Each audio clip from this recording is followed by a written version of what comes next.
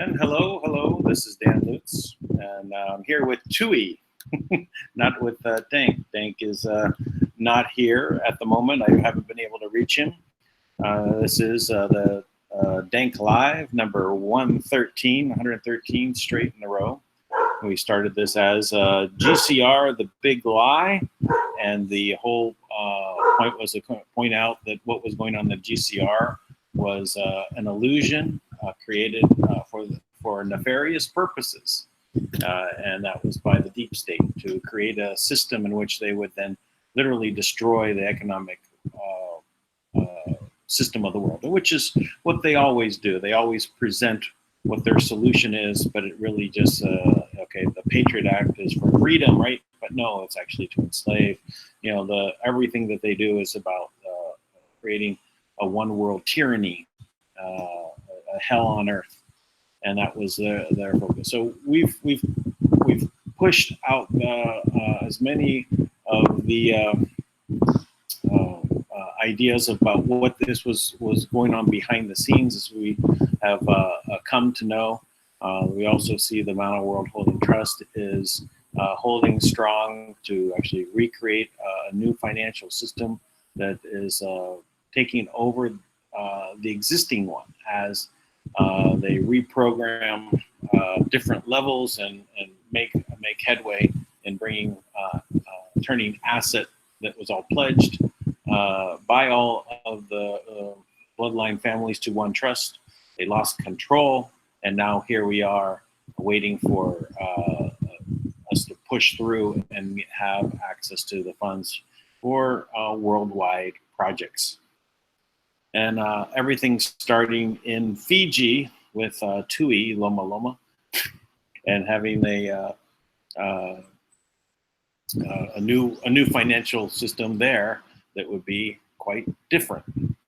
So, Tui, are you ready to talk now? Yes, indeed.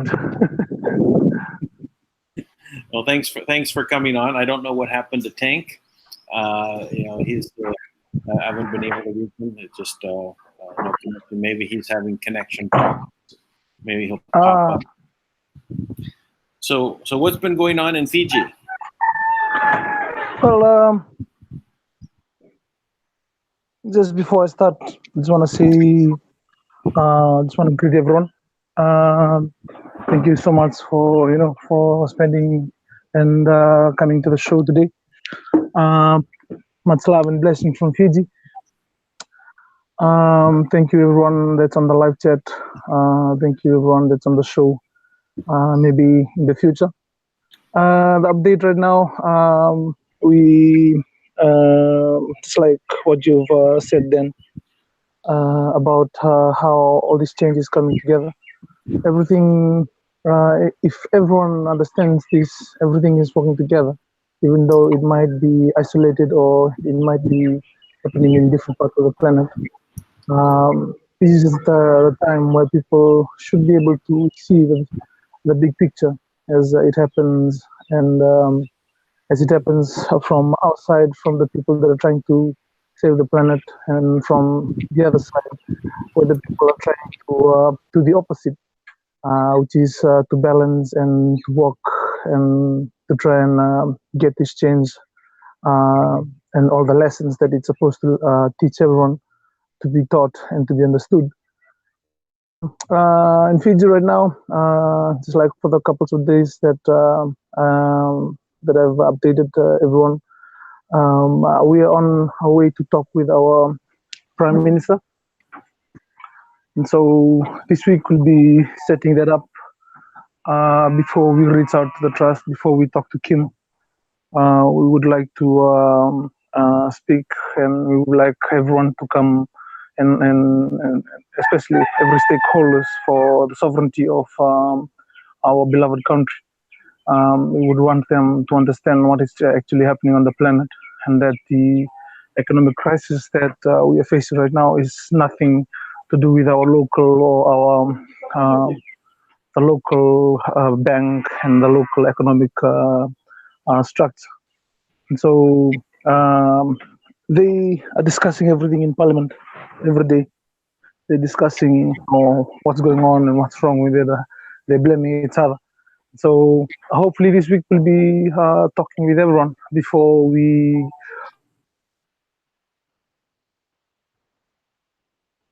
Hello.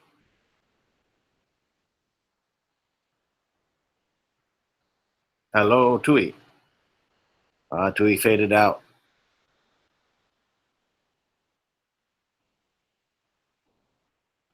I guess he'll join back in. Oh, there you are, Tui. I see. I hear you now. But did I feel? Yeah, you faded out for a little bit.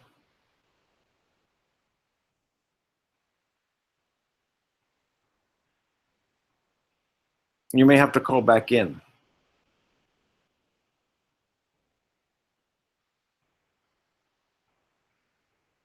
Hello, Tui, Tui.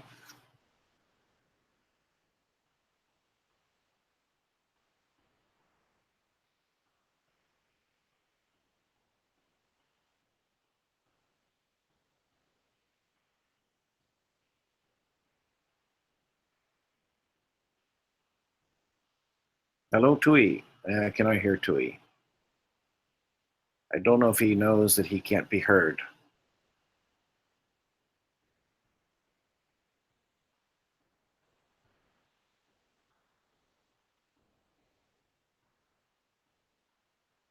All right. Well, I guess we'll kind of continue. So we've been waiting for Tui to come up with an update on where they were with the government officials. Who have they spoken with, and he's been educating them on what they've forgotten, what has been in the past way of looking at things.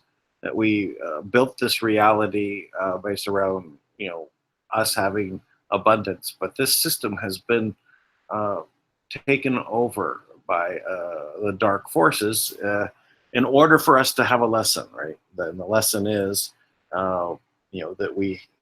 that our dark forces are going to try and take things away from us, and we must be vigilant and create a world that is not reliant upon a system that creates poverty in the world, creates the no ability to share the abundance. This way, in speaking about abundance-based systems, I've been talking about, reversing the flow, where, the people go into a store, the store pays them to come in. The store owner stocks his shelves because the distributor where he gets his products paid him to take the products. The distributor got it from the manufacturer, and the manufacturer, paid them to take the products to put to distribute, and the manufacturer got money from the source, which would be the government, to create the cash. And why did the government give the products to the manufacturer? Because they manufactured. They were productive. They were able to exchange uh, their the fact that they actually manufactured something into uh, money that would then be distributed to them, that they could then distribute down the line. By reversing this flow, we end up in a system that values the people. The flow is always to the people.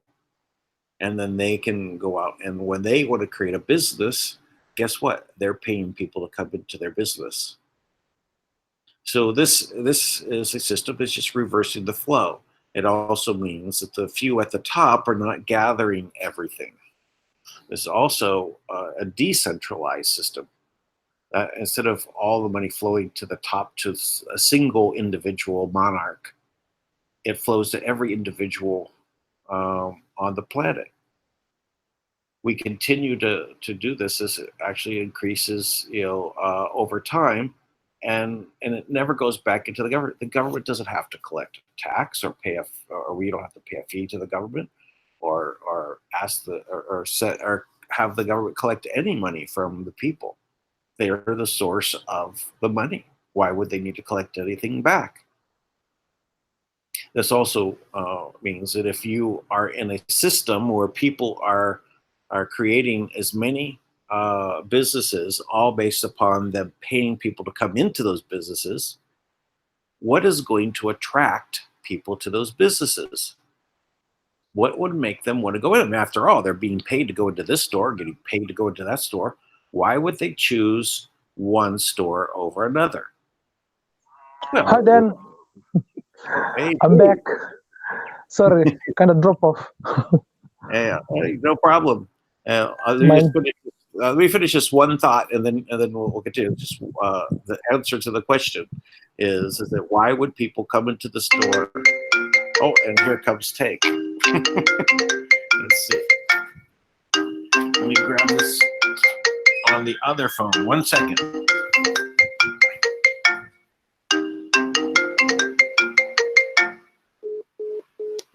Okay. Hello, Tank. Are you there? Hello, Tank.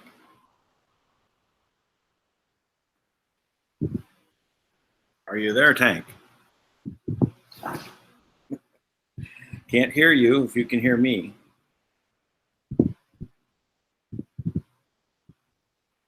Oh, it's just gameplay, isn't it?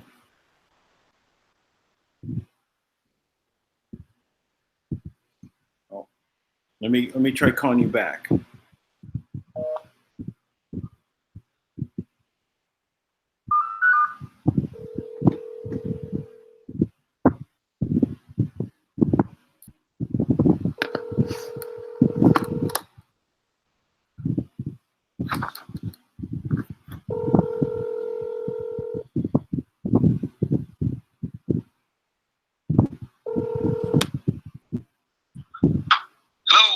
Oh, I hear you now. There we go. Can you hear me? What's going on? I can't hear you. Can't hear you. Well, good. Any wind noise? Everything okay? What's that? Any wind noise? Yeah. There is. Okay. No, they sound great. Oh, okay. Good. All right. So just making sure. So welcome to Dank Live, episode number 113. Welcome indeed. And Keeping it alive. And Tui is here too. You're fading out. That noise is disconnected. You're coming back on? No, I'm here. I'm here. All right. No, I'm here. So what's the update? Well, I don't have the latest from Kim. She's been quiet today, so when she goes into those kind of operations, I pretty much know to stand down because you can ask the wrong questions and and just frustrate yourself. But I know that from my other sources, there's a lot of confirmation of some actual movement going on that I can't talk about too much. Okay. But I think things are looking good. It's basically, and I've heard the GCR is happening too. Yes, thank God. Thank God for the GCR. We're all going to be saved. It's fantastic. Celebrate. Everybody have fun tonight. Everybody playing Chunk tonight. Okay. I listened to again the Restored Republic via the GCR, the latest one earlier this morning, and they're saying how they're collecting the people who have collected money, and then some people are getting their numbers, and don't go with the people who are not asking that say that you don't need a number, and then at the very end she says, and the GCR is looking good for the end of the month. I said, well, what is it? Is it now or is it at the end of the month? Yeah, like what's happening right now? And I know I didn't get the call, from my people saying, hey, come down and redeem your Zim. Well, it wouldn't be it wouldn't be that call. They would just say it was paid. So if any of my people called me and told me they were going in, I would strongly advise them not to do so. I'd be like, really, just don't. Don't do it. They're not going to allow you to have any real money. But I mean, the GCR has been in the slow rollout, right, for like 6 weeks now. So. Well, they could make some preventative measures and wear a steel turtleneck collar. So get a sweater, turtleneck sweater with a steel collar. Just in case of a guillotine is waiting for them, they could, defeat the guillotine. Yeah. I feel like that would be very obvious, and also it reminds me very much of wearing shackles into your own execution. So it doesn't really feel like it's going to free you up so much as make you more of a slave. Yeah, I guess. Anyway, I used to wear turtlenecks. I looked good in a turtleneck way back when, but it might be time to bring back that style. You'd be that kind of Ivy League guy, and you pull that off. Yeah, when I lived in the colder temperatured areas like Pennsylvania, always good to have a turtleneck. Going skiing, would be good. We haven't done that for a while. I covered today on the Frontlines episode was about 9/11, and there was a video that was done pointing out this group called the Gelatin Group. I think and it was this group made a balcony on the Twin Tower, right? They extended a balcony out as some kind of art project, and very strange. That they would allow this anyway to make this extension of the building. In just like one windowed area, kind of go out. And it was in the pictures it showed these cardboard boxes on the wall that they used and it was kind of a narrow hallway, maybe about 10 feet wide, up leading out to where this cutout of the wall, or to go out or extend outwards. It was lined with these boxes that were for, if you trace the number of the box, it was for fuses. For a fuse guide, so for wire guides. So you would, if you want to have a bunch of fuses and wires, you need to put these guides in because you have a massive amount of guides. And this gelatin group also had these plans, and it really shows.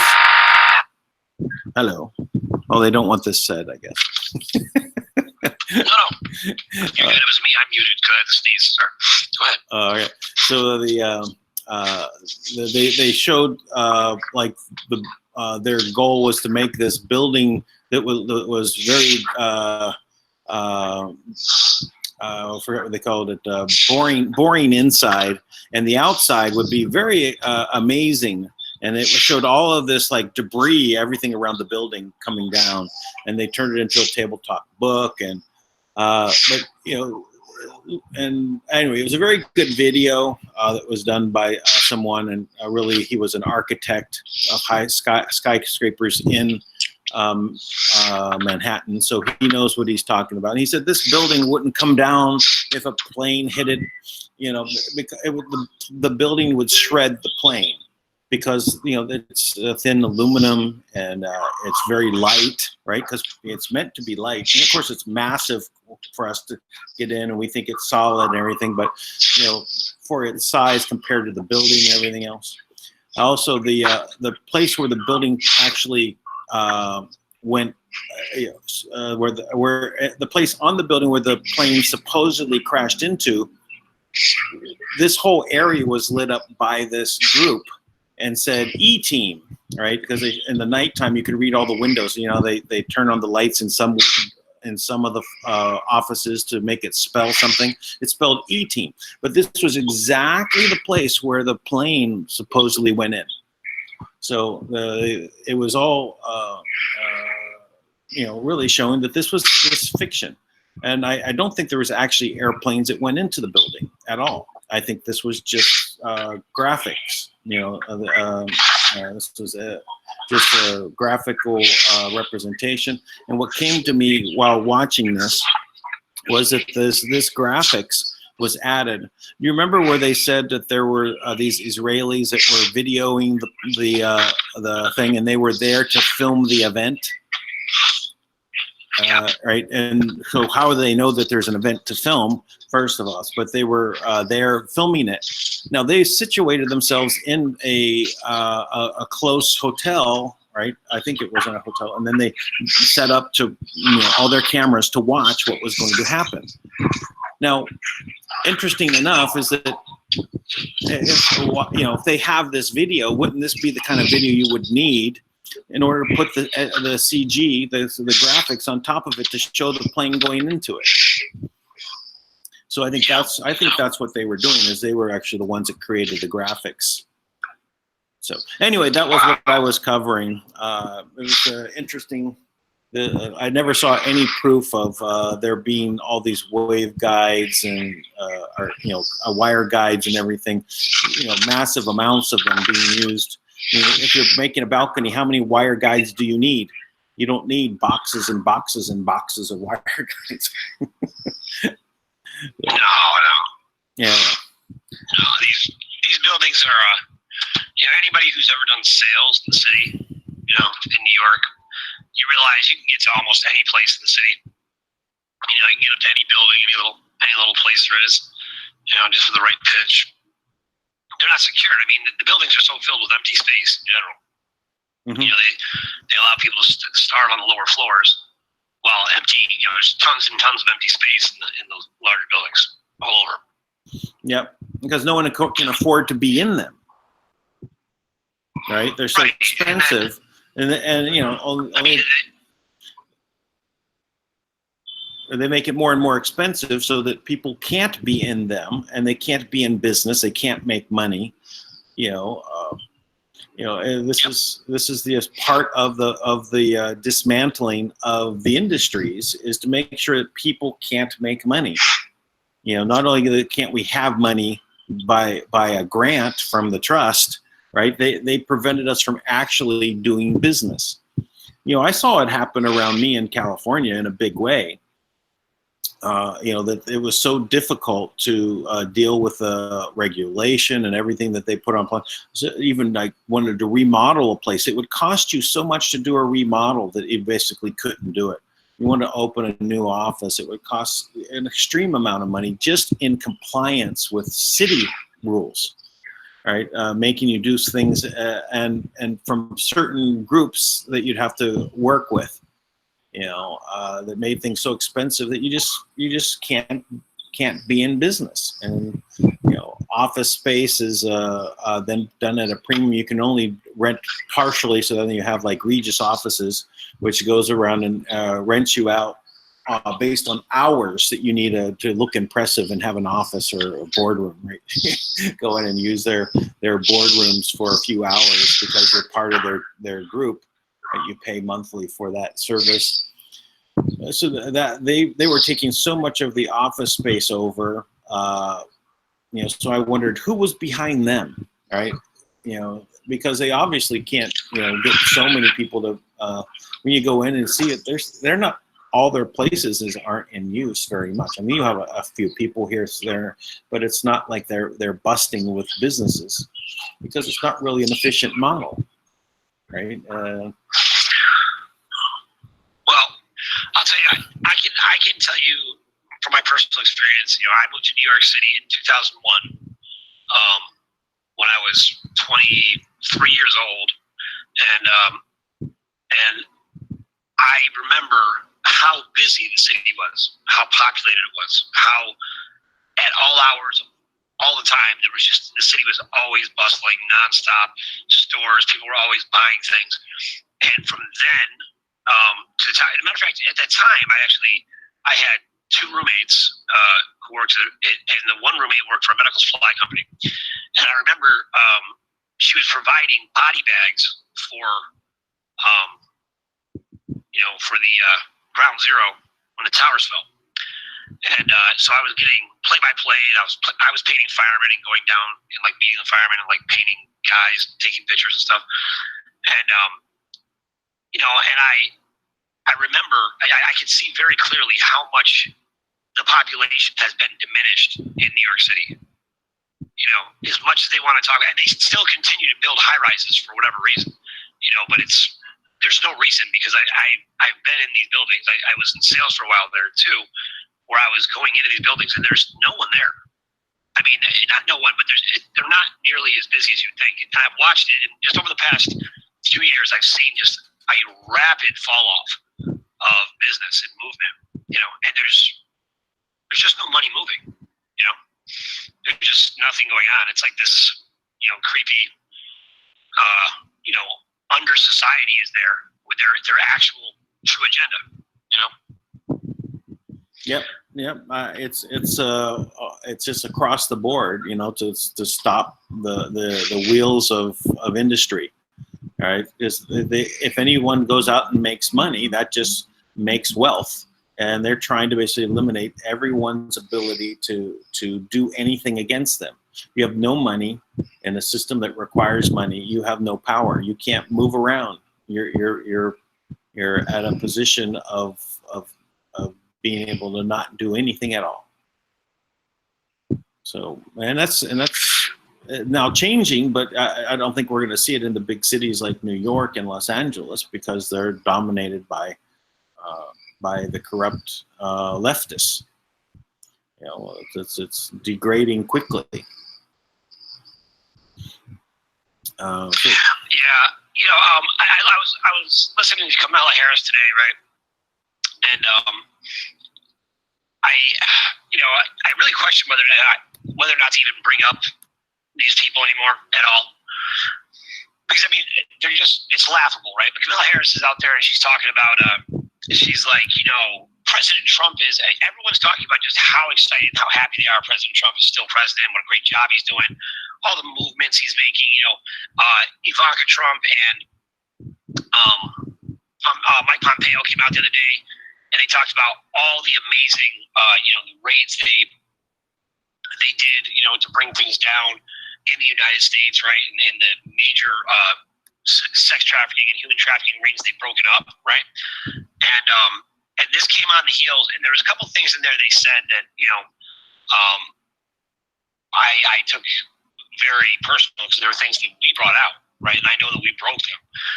And we brought Michelle Walker out to really talk about these things, right? And then Michelle Walker was also working with Israel and Palestine, right?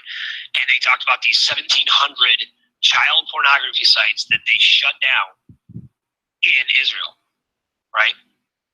Now, Israel's not even that big a country, but 1,700 child pornography sites is pretty incredible when you think about it. And they shut those down. And I really take note of those little things that are happening that are, I really feel very much that the people are having a major impact in the actions of the government or giving them information that they wouldn't otherwise have. And, I think it's very important,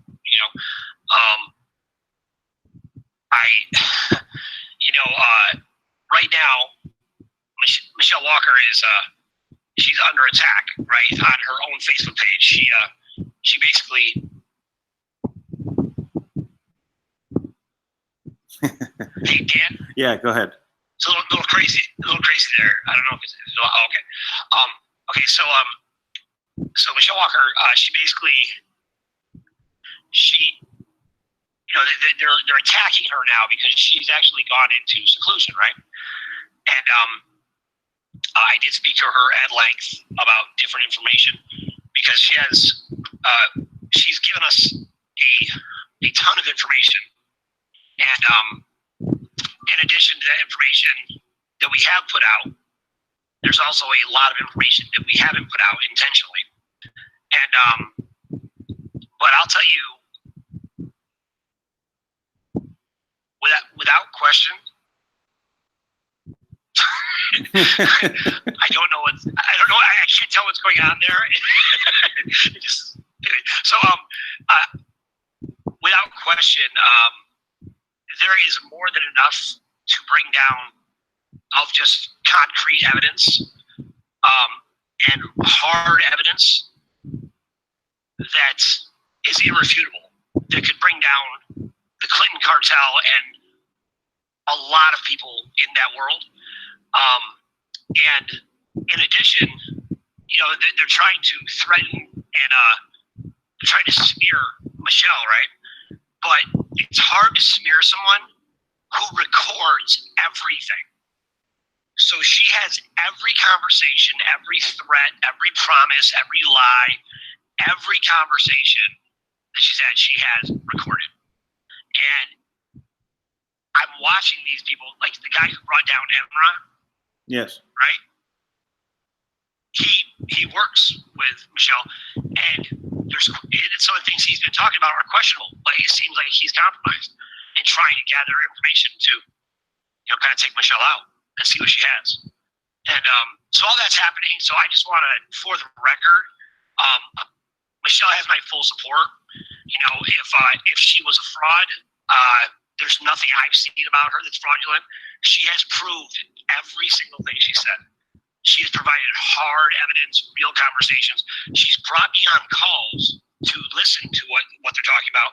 She's introduced me directly to people going through these situations on levels upon levels upon levels. And I mean it with everything. I mean, so just throwing that out there. Well, it's yeah. Well, as long as there's the information keeps flowing, it's hard for them to counteract everything. They use their ammunition, and eventually they lose their ability to actually scare people too, because we've seen it before again and again. And just because they can convince someone to be quiet doesn't mean that the information is going to go away. Well, there we go. We lost Tank. They really don't like this info. Yeah. So it's like one of the things is when we're doing this kind of information, we know that they're going to try and prevent it from making it out into the light of day any way they can. Anyway, so Tui, you want to come back on while we're waiting for Tank?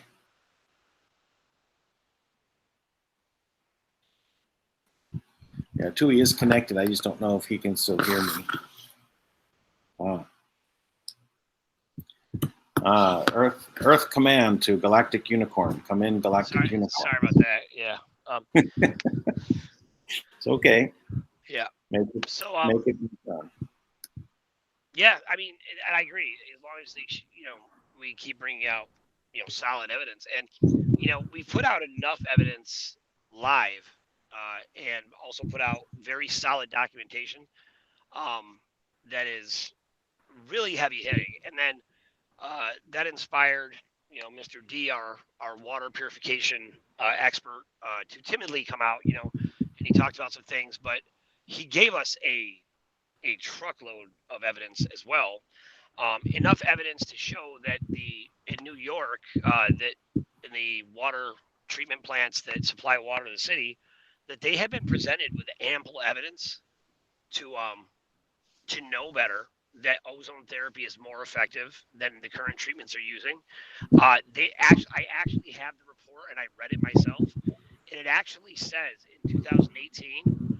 It talks about all the lead in the water and all the active ingredients and all the chemicals and how they're poisoning people. And then it says, what is the answer? And it says outright, stop adding fluoride to the water. And they're currently still adding fluoride to the water. So the question would be, well, why didn't you follow that advice based on all the evidence you were given? Well, the most amazing thing is when they create the fluoride originally, right? And the chemical plants that create the fluoride, in dealing with it, you have to wear hazmat suits, breathing apparatus, right? You can't touch it. It's highly, highly, highly poisonous. They put it in secured barrels, right? That are, special barrels for protecting it from spillage and so on. And they then truck it off and take it to the water treatment plants and dump it in the water for everyone to drink. That's amazing. Well, in what world does this make any sense? When does it become less hazardous? When it gets into the truck that's taken away as toxic waste. That's magically it's now okay for you to harden your teeth with. Right. Mr. D talks about this, how he said all these different empires, the Roman Empire, and I don't know, he was talking about some different, the Nazis, how they went in, they tapped into the water, like you want to mess with the society, touch their water, right? Mess up their water. And, that's part of what they did with Paris, right? They did something to the water, is my understanding, right? They put fluoride probably in the water. And then they broadcast through their airwaves the Nazi propaganda for months before they invaded Paris. So by the time they got there, they were so susceptible just to be taken over. Yeah, so just another level of warfare, but that's why everyone is an enemy, right? We are the enemy of the deep state, so they are the alien invaders. So they are the ones that we have to defeat worldwide.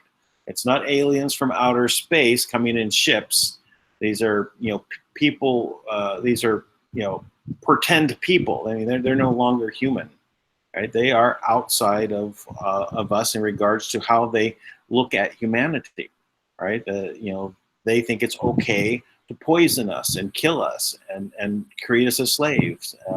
And whatever their version of worship is towards, an evil being, they think it's the good side, right? This is them. They're alien to us, to our culture, and we have to defeat them.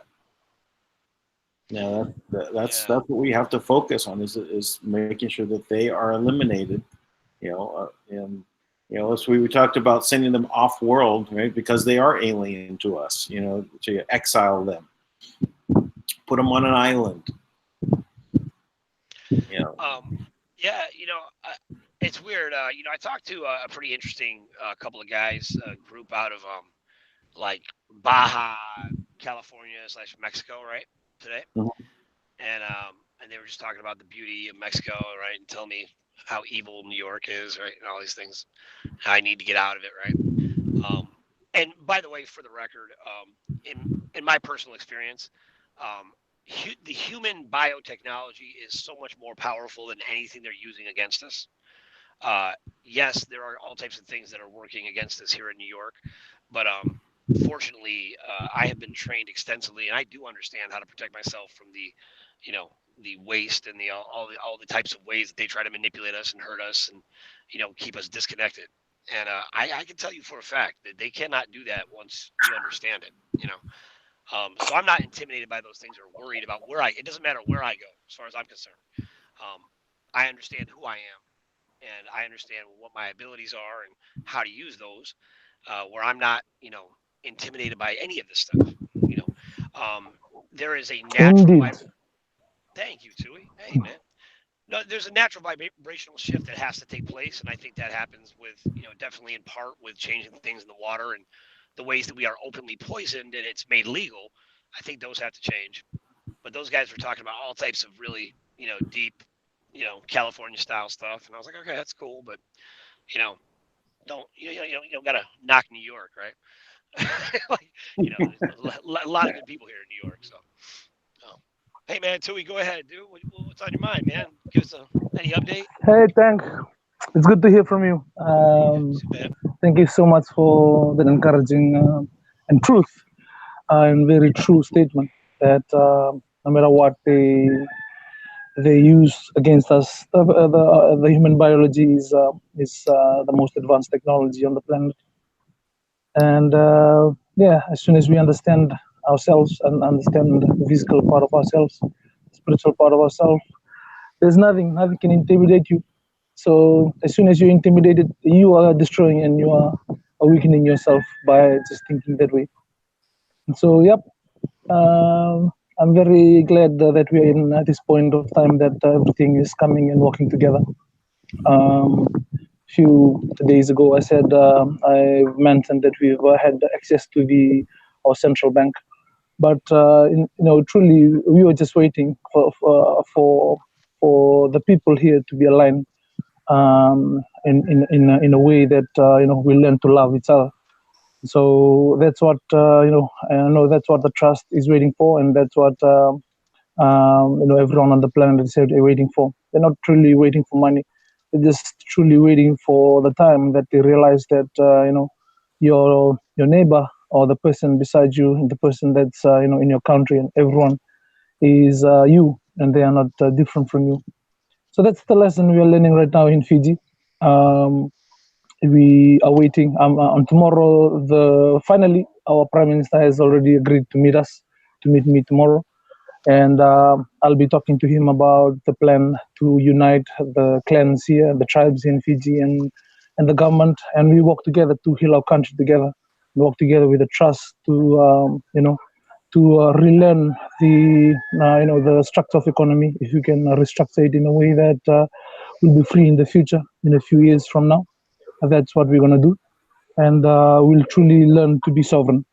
And so, as part of, I've been talking with Dank a couple of days ago, but I'm truly waiting for this alignment where the people here on the ground fully understand what is, taking place on the planet. And this gives them the chance to don't focus on money, then focus on what is truly real, and that is the needs and wants of the people. So the government here has been focusing so much on money. They've been talking about giving jobs, but they're taking away jobs from people because the money they wanted to save it. And the economy is focusing, they think that, the focus of economy or the economy is the money. But now now that the trust, I'm very thankful to what the trust has done.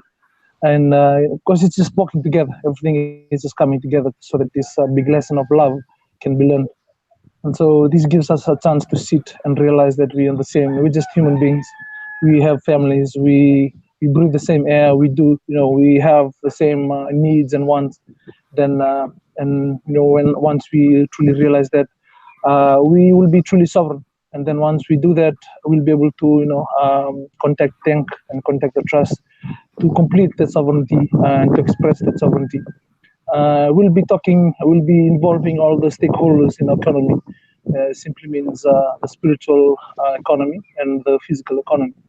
That would be all the pastors and all the leaders of the churches here, all the leaders, the different religious leaders, and the bankers, the local bank managers, and we will be involving all the chiefs of all the tribes, and we'll be involving the parliamentarians and prime ministers and every stakeholders of the sovereignty of this beloved country. So we'll be able to work together, and once we get that meeting, and I will be reaching out to you, Dank and Kim. That's what I truly want, is that we have to work together to heal the country, and hopefully we'll be able to set an example to every country on the planet. If they truly want the sovereignty, then everyone has to work together. It's not one small part of a country. It's not just one big a company or corporation, but the whole country has to change, and the awareness has to reach everyone in that country. So we are going to be doing this here because it's not a very big country. It's just 885,000 people. But what we do here, we have like I've said, our economic, our religious structure is just similar to what the whole planet is. We have all the different religious groups. We have the Hindus, we have the Muslims, we have the Christians, we have the Buddhists, we have all these here in Fiji, and we will try and recreate this a new Fiji. We will call it the language in our language. We'll change the name, and we won't be able to do that alone, just one tribe or just a few tribes, but every tribe and all the different levels of what it means, the political level, and every part of if it comes to religious level, every structure of the whole country will change. And I'll just be here to guide, and we'll be talking, and we'll be discussing in a few days, and hopefully by the time I see that everyone has understood the change, understood what the trust and Kim represent. And because a lot of them, this will be new information to them, and it will take a lot of time for them to process, maybe a few days, and that's my role. I have to talk and speak so that I can accelerate this change really fast, and they can process it within a day or two, within a few hours, and then by the next day they'll be able to understand and then realize the truth, realize this reality. Then we can recreate the new reality together. So that's what Fiji is on right now. That's why I'm not really keen to talk to Kim yet. I need everyone here to realize what is happening. And so everything is kind of like it's working together. The government is trying, because it has no money, and now it's realizing that the money does not belong, even though it's called the Fiji dollar. It's just that's just a name. It doesn't belong to them. It's not truly Fiji dollar. It belongs to the trust. So once there's no more money, they can't even print the new currencies, because they'll need allocation number from Kim. And so they have all the papers prepared. And I was discussing and talking with our intelligence, the military intelligence, and I'm just laughing at them, because I said, yeah, that's the big lesson that you have to learn. The money does not belong to you. It's not a government money. It's not. It's an illusion that has been created for the whole entire planet to value, and and to be guided to learn, to unite, and realize the essence from within. And it's not just one country. It's every country that has been controlled by the banking system.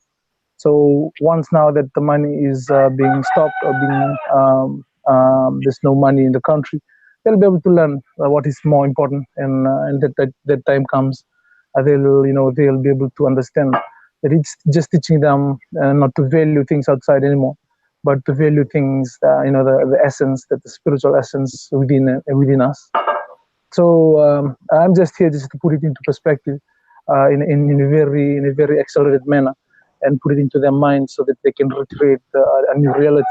We've been programmed for so long. We've been programmed, indoctrination from the church, from all the different, a different part of our reality, from governments, from the education system. That's what the aim, that agenda, that Agenda 21 and the Iron Mountain agenda that they've done. But truly, they've already, even though they think, even though it was designed in that way, but it's truly it's coming together and working together in a way that has a much deeper lesson for everyone on the planet. And so, and that's why I'm here talking about it. That even though this was designed in a way that is gonna destroy us, we have the power to just change it and learn from it, and then we create a new one. We create a new future.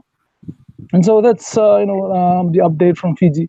The parliament, the sitting parliament for the last week, they've been discussing how there's no more money, how they wanted to do some loan. We have 1 billion, just that's very big. We in last year we have 4.6 billion, and this year we have 3.4 billion a budget. So that's 1 billion that is been cut off, and it's going to affect a lot of people. And it's not just that they cut it down just because they want to save. They cut it down because they know that there's no money and there's no liquidity in the banks, and they don't have it anywhere. There's no reserve. It's been gone. The foreign reserve that has been kept by the Federal Reserve is not there anymore. So every country on the planet is going to realize this soon and later. Maybe the information is just with the leaders, but Fiji is it's like it's in the front line, experiencing things, and I'm thankful that I'm talking about it here. And so we're gonna be working together. The PM have understood the role of the trust.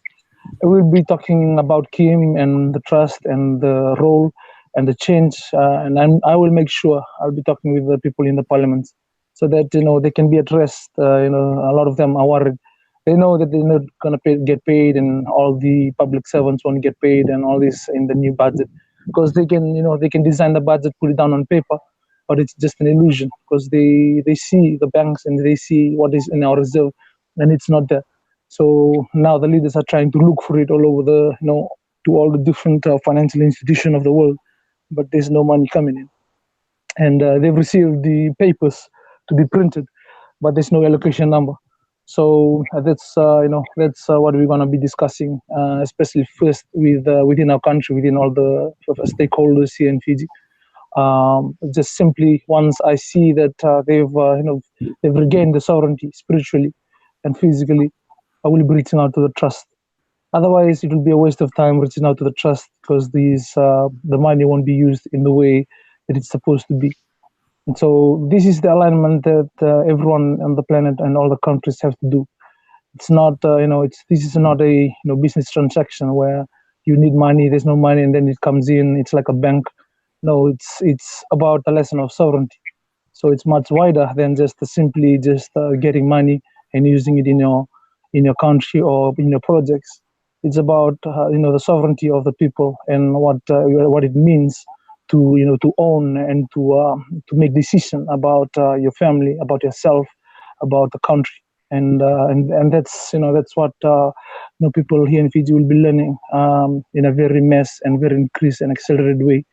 And so I'm thankful that I'm connected with you guys, with Dan, with Dank, so that when the time comes, this lesson can be learned.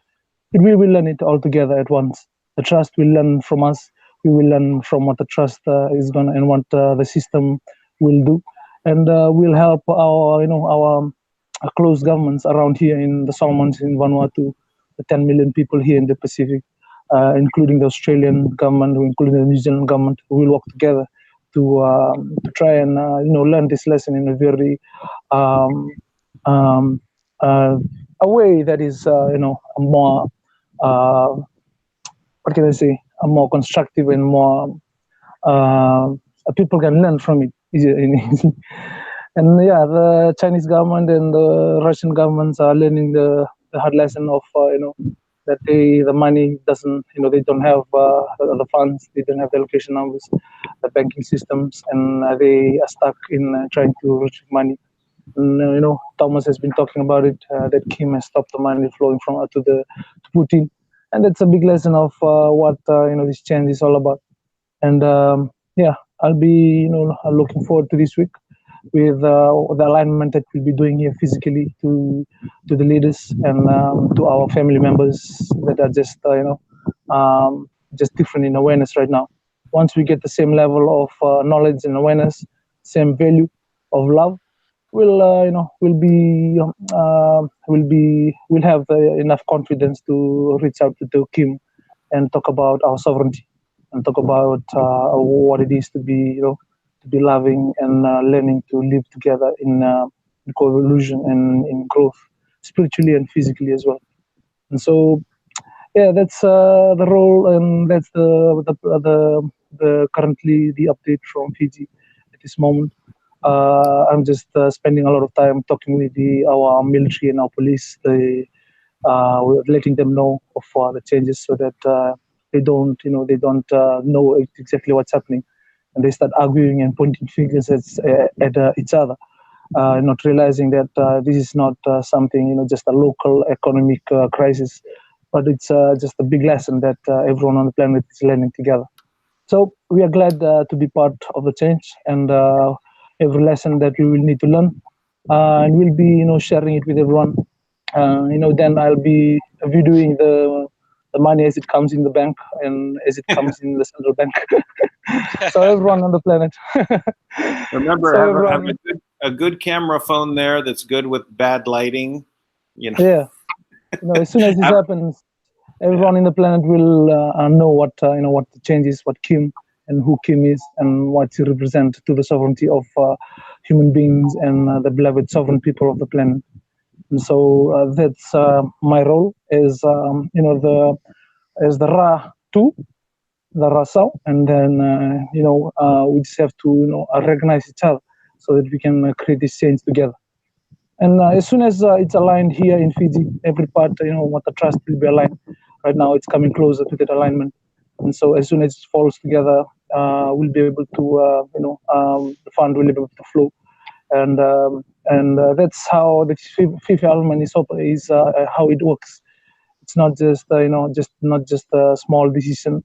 It's not just waiting for the proper time. It's waiting for everyone to get in that alignment, which is quite hard to explain because it's a multidimensional alignment that that involves the spiritual aspect of the planet and the physical aspect of the planet. And soon as that happens, everything will fall into place. And from now to that, now that it's gonna happen, we will just have to keep playing our own role until it happens, until it comes together as one. And that's this is what what the word Christ means, the oneness. Now, yeah, I'm looking forward to that moment where where this lesson can be learned and it can be accelerated to the rest of the planet. There's a lot of happening around the planet.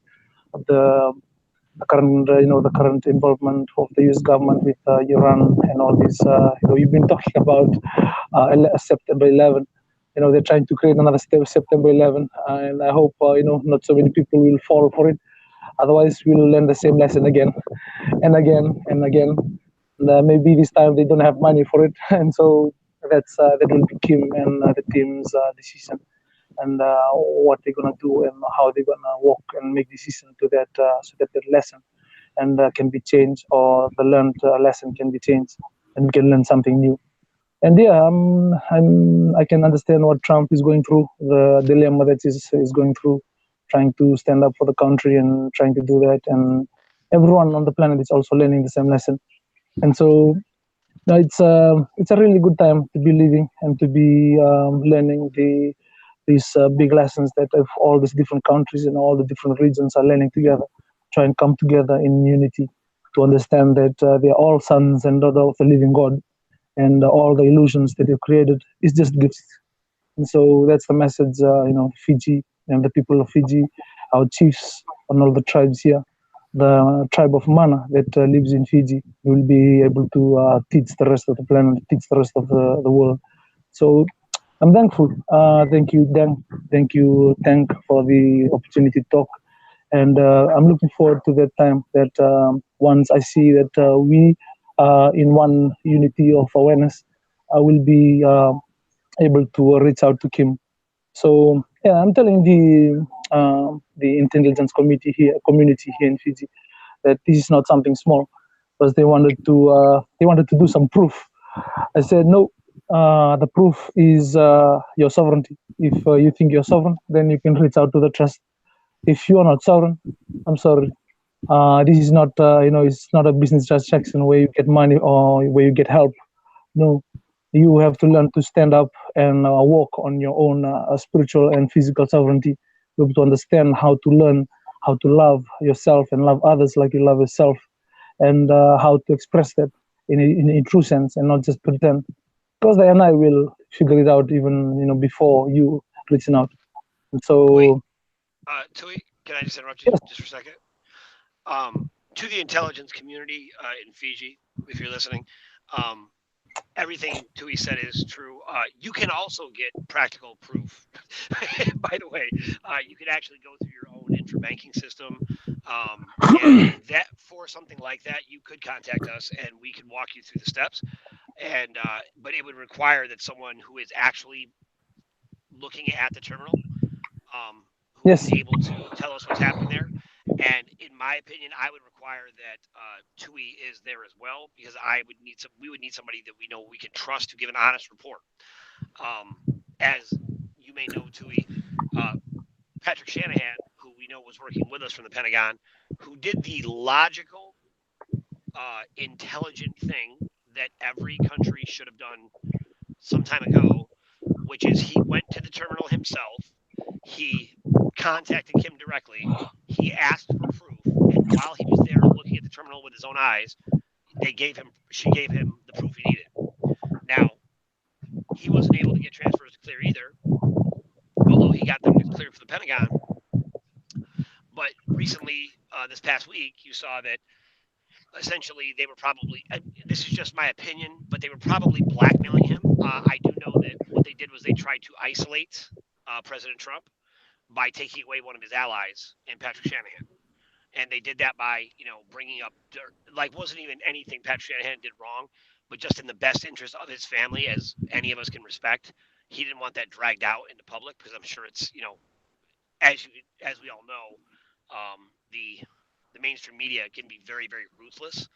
And even though something like this has nothing to do with Patrick Shanahan's character or reputation, he didn't want it dragged out because he didn't want to hurt his son, which I can respect that. And I would imagine that the real threats were probably much more graphic on his part. Now, that being said, I'm just referencing Patrick Shanahan because what he did is what every single military leader, prime minister, if there's any, governors of the central banks who have not been bribed, or if you have been bribed and you haven't been paid, because I know you haven't been, and you would like to be able to, actually bring money in to help your family and your country, you can contact us, right? You can do that. We're very accessible, and we can give you the steps to go in.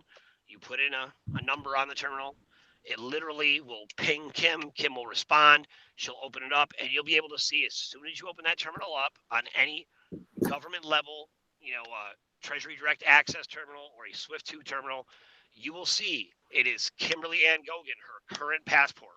You will see that she is the owner of the highest level of Homeland Security clearance on the planet, that she has her own Bank of International Settlements number, that she is cleared in every single country, in every treasury, in every intelligence agency in the world to continue to wait for all of those people to learn a lesson that doesn't take much. It doesn't take much. What it takes is an ounce of due diligence. This is not rocket science. This is entering a simple number into a terminal, and you can see with your own eyes it's there.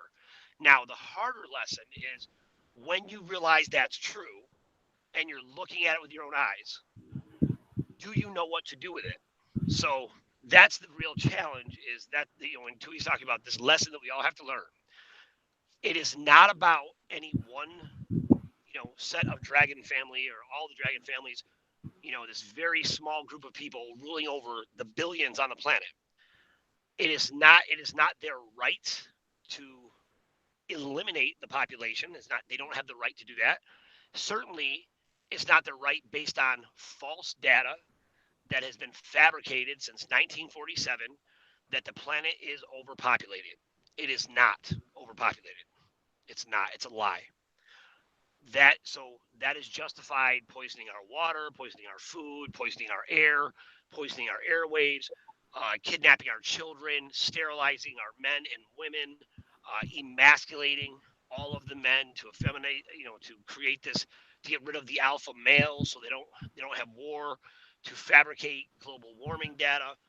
Every one of these things are lessons that people on the ground are learning. If you are in a position of leadership and you still believe that fake rhetoric, you aren't fit to lead. And there's different ways to learn this lesson. And I know Tui's very, loving and diplomatic, but he is dealing with the military, right? He's talking to the military, explaining to them.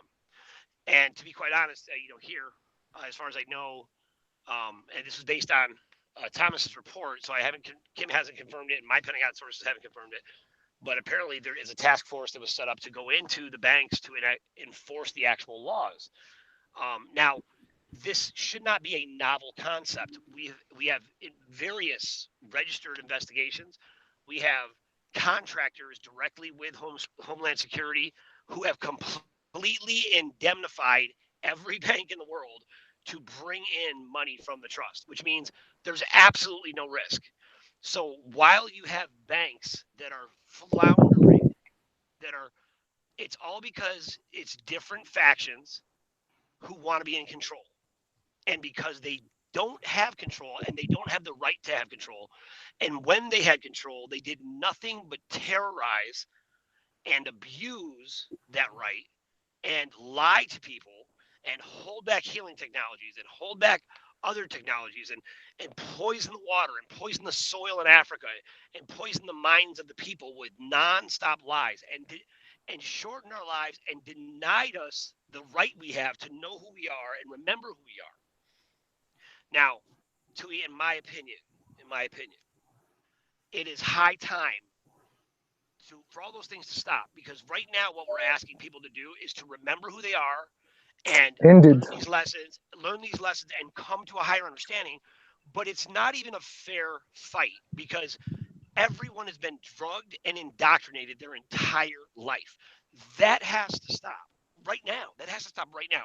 And look, it only takes a few of us, because you can see people who really know what's going on are so powerful that they're shifting the energy, right? And because as much as we want to say everybody's waking up, no, they're not. There is a few waking up, but at this pace, if we needed actual numbers, we'd never win. We'd never win at this pace. But because the light is so much more powerful than darkness, because our ability to create the reality we want is so powerful, that if we can just get people away from this apathetic observation and not condemn people because they're mad, because you should be mad. And being angry is, somebody said this to me today, that being angry is just because of ignorance. That's not true. You have your right to have self-righteous indignation. Just don't stay there. But you have the right to be mad about this and be disgusted. You have that right. That's okay. And then come back to, how are we going to fix it? Because everything we do should spark us a little bit and come back to a solution. But in this moment, we are already activating veterans around the country, and I'm sure that will systematically lay out to around the world. There's already the military down in Fiji that are on board with the tribes and support, and they're learning, right? Yes, indeed. We all have to have that same attitude because, in my opinion, this is the time. This is the time of the shift right now. It's not, we'll just keep learning this lesson over. No, the hell we will. That's what they want. What they want us to do is to stall. They want to stall and stall and stall until they can trick us into another agreement because we're so desperate. Because even if we cut off all their money, they're still going to devour what little resources the people have. So that means they are able to maintain and stall at your expense and mine, at the expense of the people. Now, as a leader of the people, as a voice for the people, I will not accept that. That is not okay. We have got to stop that right now. That behavior, that action, that kind of mismanagement and low level lack of urgency, a lack of sense of duty, a lack of responsibility that everyone in these leadership positions has got to stop. Because if it doesn't stop, I promise you, I will never let the people stay apathetic. I will, if you don't do something, the people will. The people will, because the people are ready to stand up. And that means all the veterans, that means the people around the world, the enlightened people who are able to touch and inspire and motivate people and not just hide from it and just say, oh, there's not really a fight. You know what? There is a fight. There is a fight, and we can do better. And now it's not the kind of fight it doesn't have to be with guns and weaponry. It could be 1,000 different ways, but all options have to be on the table. We have to be a threat on all levels. We don't have to use those things. We don't want to. We want the best possible outcome for everybody. For everybody. And so I'm sorry. Nice. I just want to make sure to throw that in there, man. Thank you, Dank. So there you have it, the intelligence community in Fiji. We can actually, go on to the central bank, and we'll try and do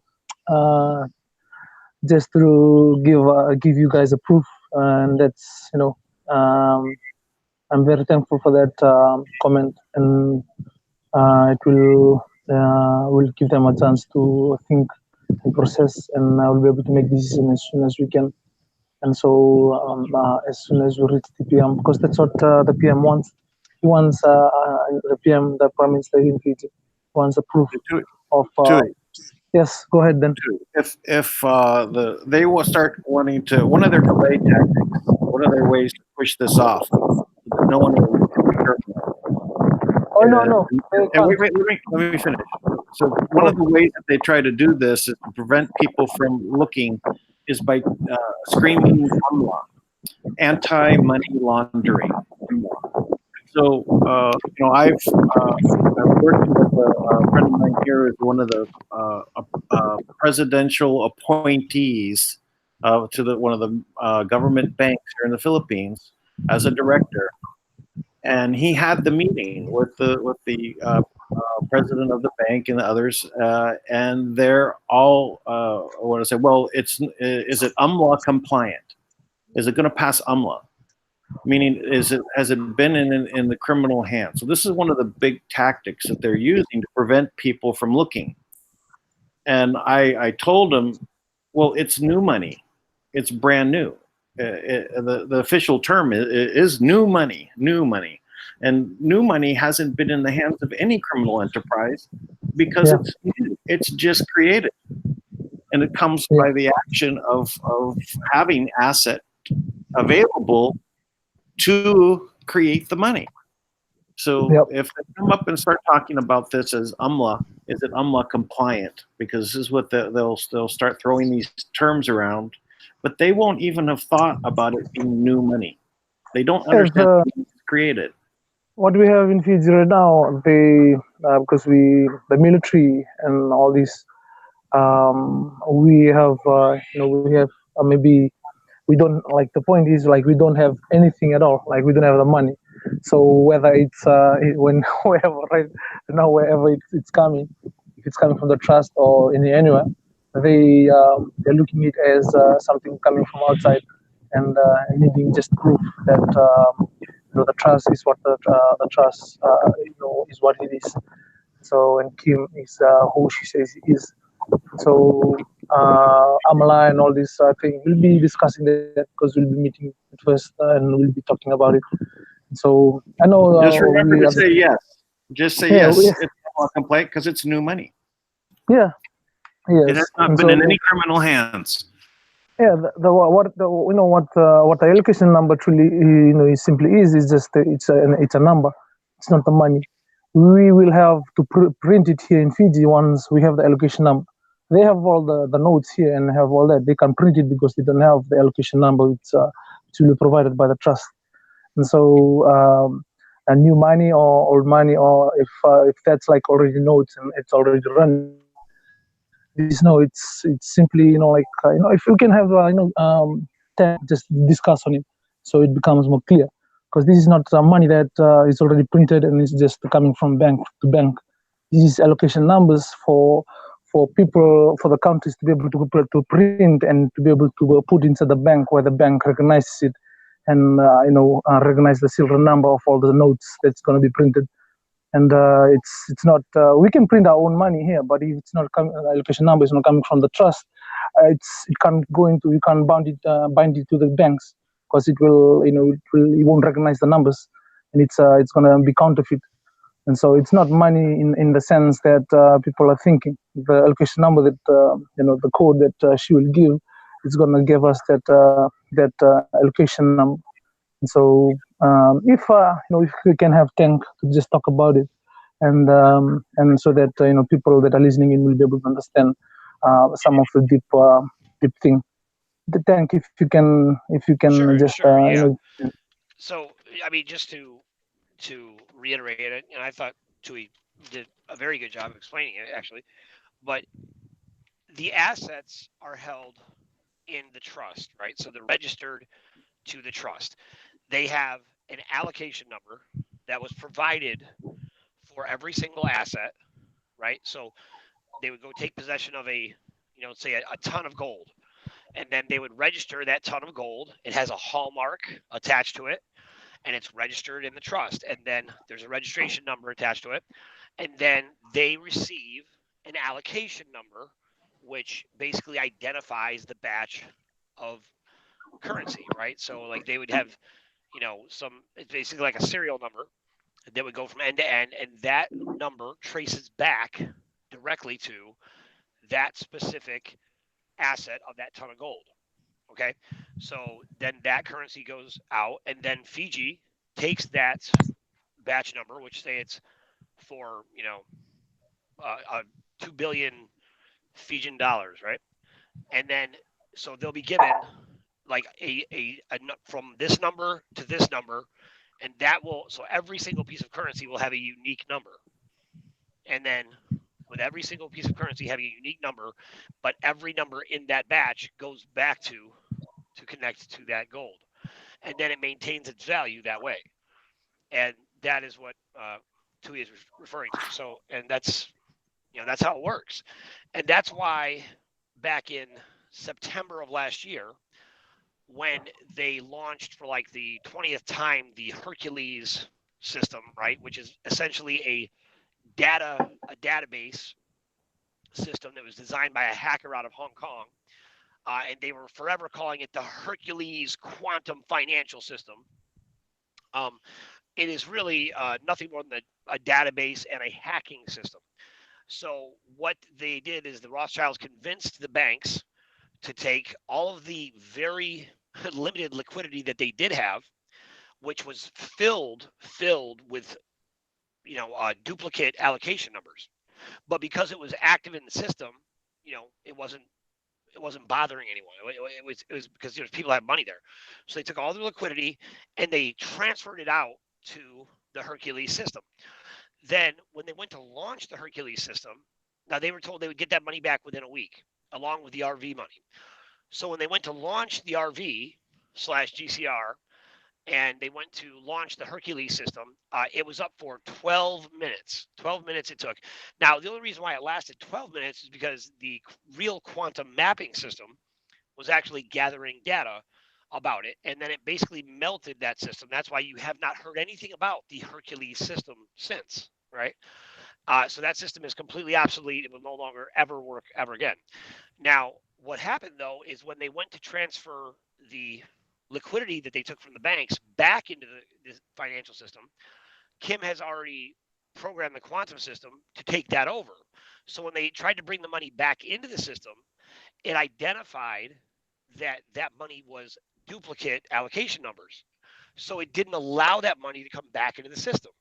So the banks depleted their liquidity, right, massively, and they didn't, so they couldn't bring it back into the system. They had no option. So you would think that was back in, I mean, this is 9 months ago that they know that, and then since then they've repeatedly tried to do the exact same thing. You would think they would have learned their lesson. They transferred the money out, they couldn't bring it back in, right? So the Rothschilds don't have the power to do that. The Chinese elders don't have the power to do that. None of these other groups who claim to have control of any of these heritage accounts, the historical assets, none of them have the authority to bring that money into the system. None of them. Indeed. And it's that is not me. Like, I know that it's hard for people to hear because I get it. It hurts, right? Because we've all put a lot of investment into somebody or something or some idea. I'm not saying that to hurt people.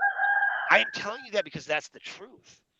I mean, that is the truth. Now, there's one source, and that goes for every single country in the world. All of you, you need to know this. The Rothschilds don't have any money. The Dragon families, the Chinese elders, whatever it is, whatever group is threatening you, the IMF, the World Bank, the BIS, none of them have the ability to bring in the money to fund your country. Think about it. AIIB was just in Fiji. Fiji needs a minimum of $5 billion just to break even. And they gave them $35 million. What? What for? It's almost like it's because they don't have any money. So they're like, here, we want to be able to say that we did something. Right? Here's some bad money. I mean, that's like, I mean, it's the worst. It's worse than giving nothing, because they gave bribe money to whoever got bribed, right? And now they're like, no, it's coming in. And so those guys continue to fight because they got paid off. So whoever got money in the Fiji government, you want to trace back to what's happening? Find out where that money is, because I guarantee you it'll trace back to somebody who's now fighting against the trust coming in. Yes. Because they were paid to do. I'm just saying. I mean, like, not to cast shade on anybody in Fiji and the government or anything, but let's just be honest. Because at this point, we can track everything. If it has to do with money and finances, these things are easy to prove. They're easy to prove. The only thing standing in the way is ignorance, right? Like, Kim has bypassed compliance. She's completely reprogrammed the system in a language that no one else can even code in on the planet. She's made it so she can put the money directly in the account. The accounts are only necessary because we're trying to maintain a smooth transition, right? So that no one gets hurt, and no one has to, right? No one has to. Yes. Right? It could just be. They could have just let the money come in, and then the rest of the billions of people, we could have started funding projects that would have helped everyone, right? We could have helped the project owners, the inventors, the all the people that have put all this other work in, who are healers. All of these technologies can come out. Everybody benefits if we're allowed to bring the money in. But what they're doing is they're trying to beat the hope out of you. They're trying to force you to be uninspired, to give up, to get angry, to make bad decisions. They're trying to take the pressure off. Don't take the pressure off. Indeed. I'm telling you, keep the pressure on in your heart, in your mind. Keep your focus. And listen, I'm not trying to make it about, it's not a, there's a misconception in the love and light community, okay? Is that everything has to be like, oh, no, it's all love and light, man. That is a emasculation process, like political correctness, that they created so that when you get fired up, you feel ashamed about it, right? The toxic masculinity. They don't want you to be fiery or too aggressive, right? Because if we do that, right, Matui, you know what I'm talking about, right? So this is what they want to do. They don't want that. So they've convinced all of our men to be like, talk softly, say nice words. Why? Because nobody listens to that. No one cares when you talk that way. Nobody pays attention. You could say anything to people. You could say you're going to kill them or that you're in love with them. It sounds the same. It doesn't matter because there's no emotion, there's no passion, there's no truth behind what you're saying. What you're saying doesn't matter if you just stay in that zone. And I know people would disagree with me on that. I don't care because you've got no results. You've got nothing accomplished. Nothing. That gets nothing done. You either move with purpose, passion, and desire. You move with integrity, and you know what? And they can't stop that.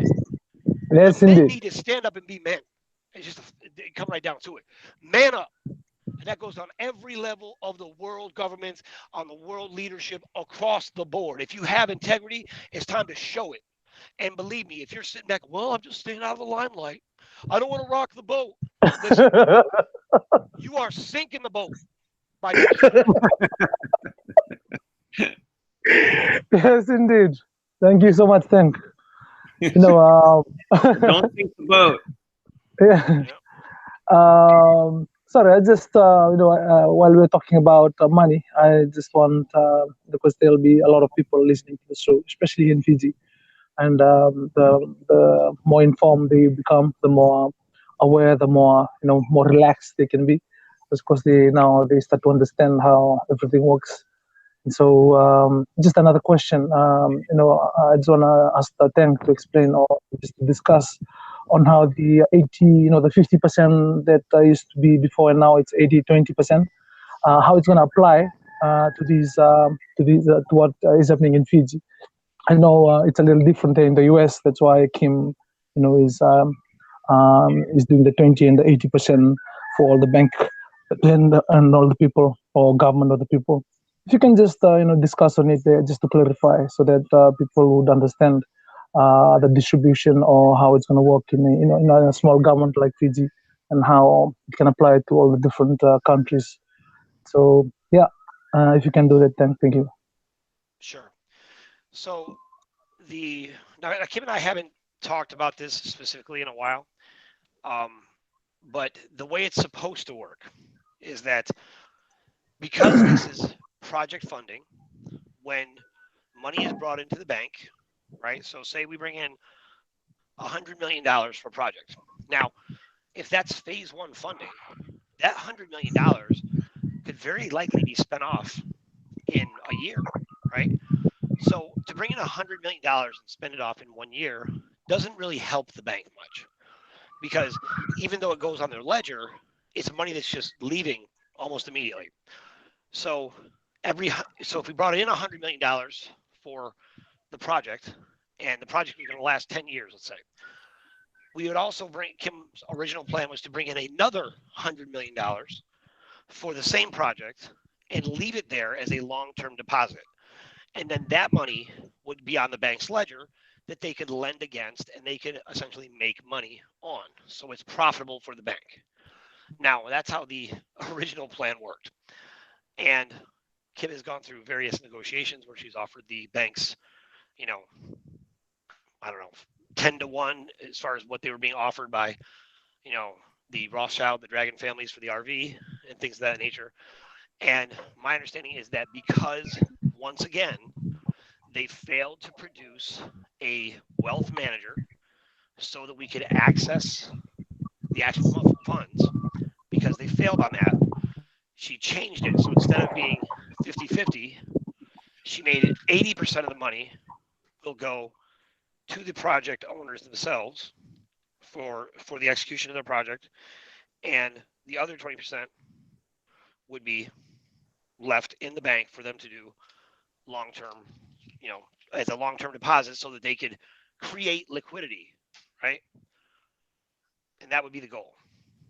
But that is, at this point, remains to be seen exactly how that will manifest, because obviously the banks are, it's a massive organized crime syndicate. So there doesn't seem to be any integrity or fear or respect for the system at all, from the standpoint of what they want to accomplish, because they continually go back to their slave masters, and they think that they own the bank. So that's the challenge we have right now. And just for the record, for anyone who's in a position of authority, whether in a government or in a corporate organization or in a bank, these people do not own the banks. You cannot find a single piece of paper where they are the owner of anything. There is nothing in the system that defines them as the owners. The owner of these organizations, registered in the intelligence systems, in the governments, in the treasury for every single country, is the unknown country. And if you look at the unknown country, it currently exists as the Manna World Holding Trust. Now, that is not paperwork that you're going to be able to duplicate and forge, because Manna does not print up any documentations for that very reason, because they present a fake ledger with fake allocation numbers or real allocation numbers that they don't have control of. Then they use it as leverage to create fake trading platforms and, fake money.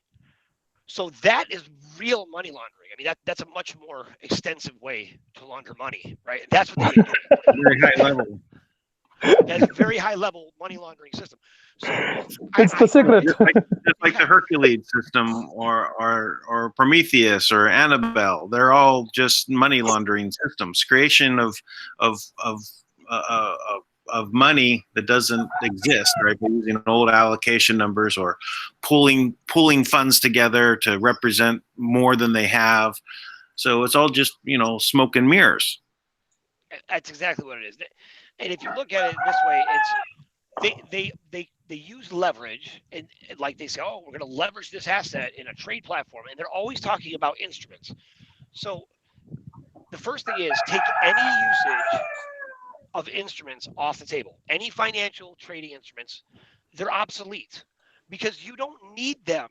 We're bringing in real cash that's actually asset backed. There's no need to create wealth out of thin air, right? There's no need for that.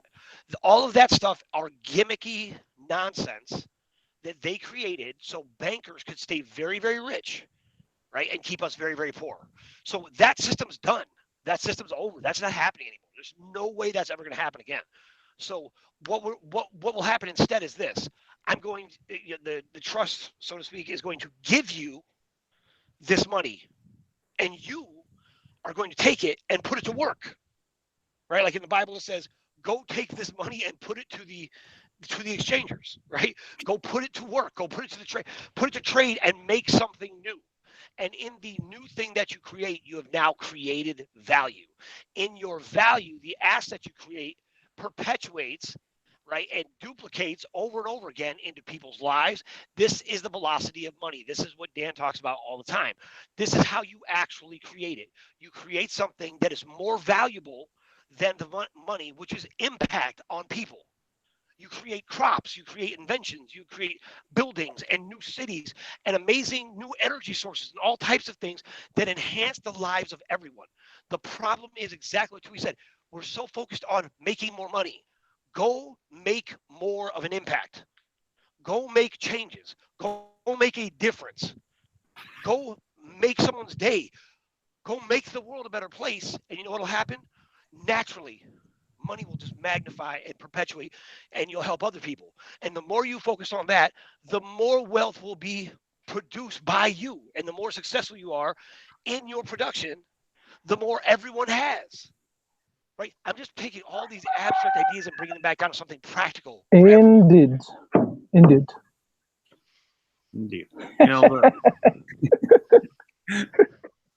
Well, this is kind of the point why there's no money available anywhere, is because if there's no money, no one can go out and create.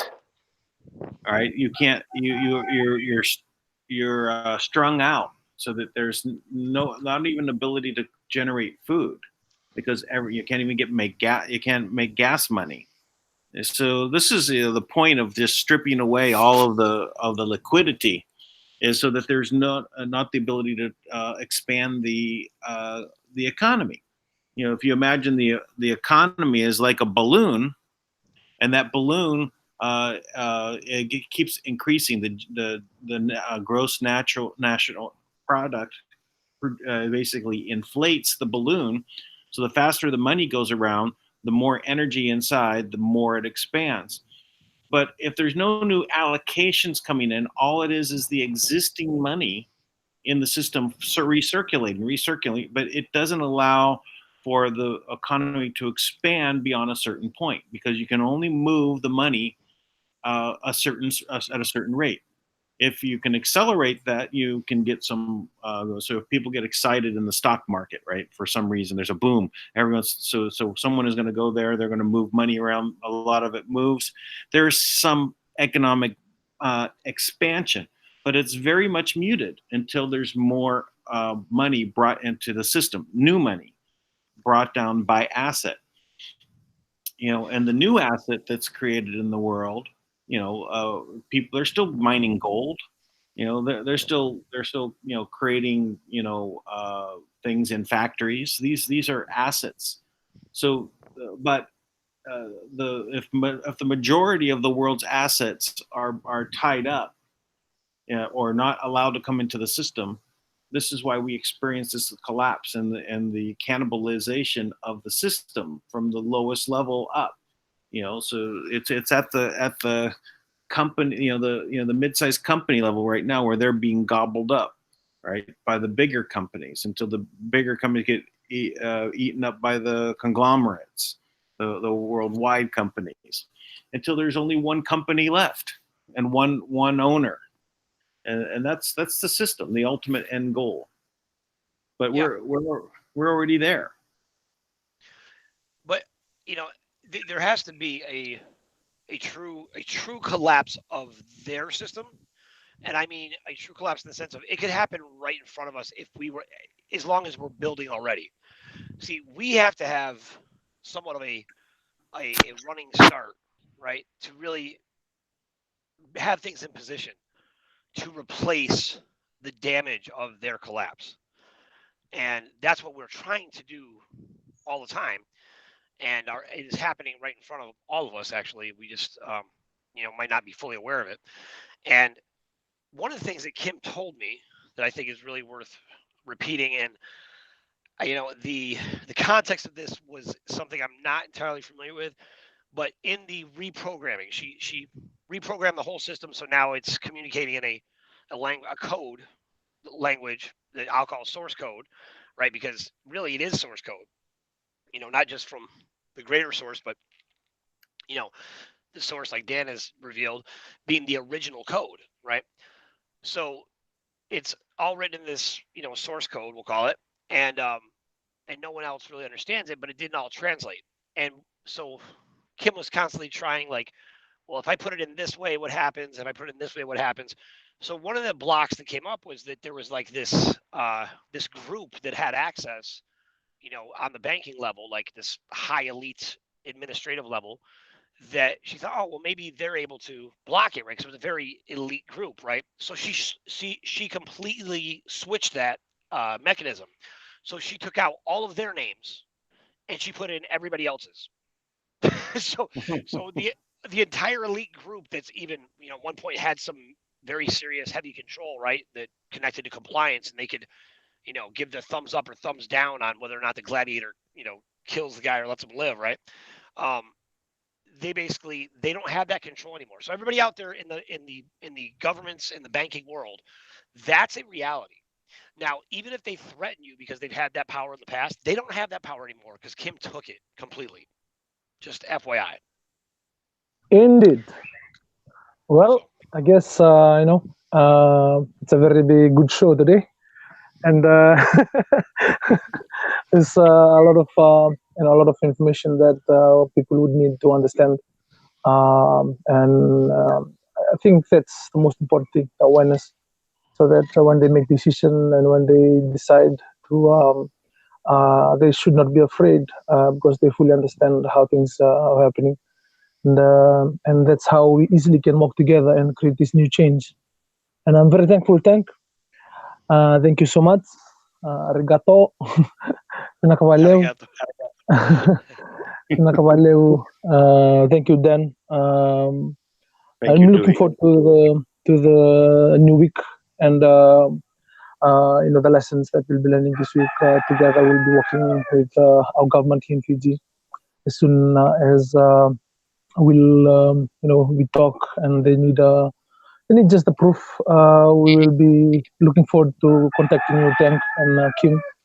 So there's some spiritual alignment that we'll need to work, because it's for me that is very, very important, because that's the first thing. I want them to be aligned spiritually first and learn to love one another, and have enough of this arguing about economy, about the money, which is worthless, and it's just waste of time.